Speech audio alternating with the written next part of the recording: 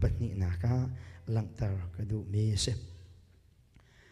nuni amma la fa te ngai se lo pani amma la nu pi te ngai se te ati mi be phang te vun pial ta kadu mi chom nu pi na thit te ka na nu pi hi nu bak arung se rim se ti kha cha kan du mi se nu pi na thit swali na nu pa si swala si sia chun bible he ala talam tak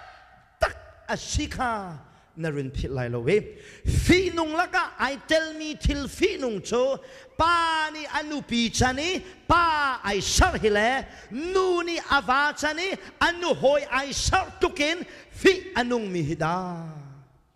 ti lo nu pi ne thit ka mo pa ran thi chi chet na lai chi va na ngai ti ka mo na va hi nu a si swal chi chet da chun apai tak tak lai ti tha jang pe kan du mi na chun a ham chu zai dai thok de chun boy pa ni pa yan sar sia chun pa ban tuk te khanum nu ban tuk nu yan sar sia chun nu ban tuk te khanum pa si nu ban tuk si jong he a zau chia tak tak pa chu rian rang ten ka lo nan chip ya nan chim jong a hen than jong thang de ko se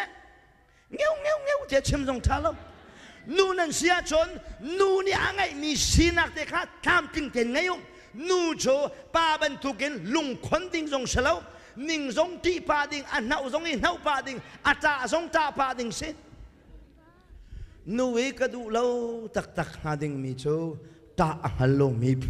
aban ngan pipi mi atan por ngan pipi mi zan jong e adu pau ai choki ning ti jong halo mi pa jong a ti lo mi a ti nong a mu jong e poi lo ti pa ben tu ka mi nu cho ka ti ka du lo tak tak ha nu cho khua vung mi chen ti nai hal pau lo nan ti theng lo jong khan ayo tia vun tiu lo kanin hu pen hala cho nu sining pak a se nu cho nu bantuk bakin kan umok se pa cho pa bantuk bakin kan umok se chu bantuk chen patung cho patung bantuk te bakin kan umok se nu tung bantuk te umok se pastor zong kan valok selo pastor bantuk te umok se evangelist bantukin patar bantuk te umok se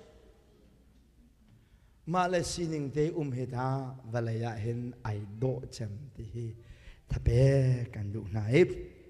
nin kan ram cha swa tok chang e nu le nu jong anu ko chang pa la pa jong anu ko chang US long a mo hi thil ya chang wa ti ro tlai wi chi kan ma koram jong a thong pang kan hlat pa lo chua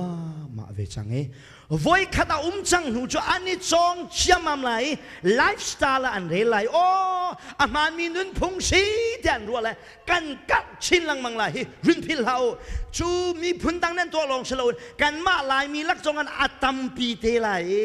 ti he atu te lan hin pathian bian kilven chung kan du mi na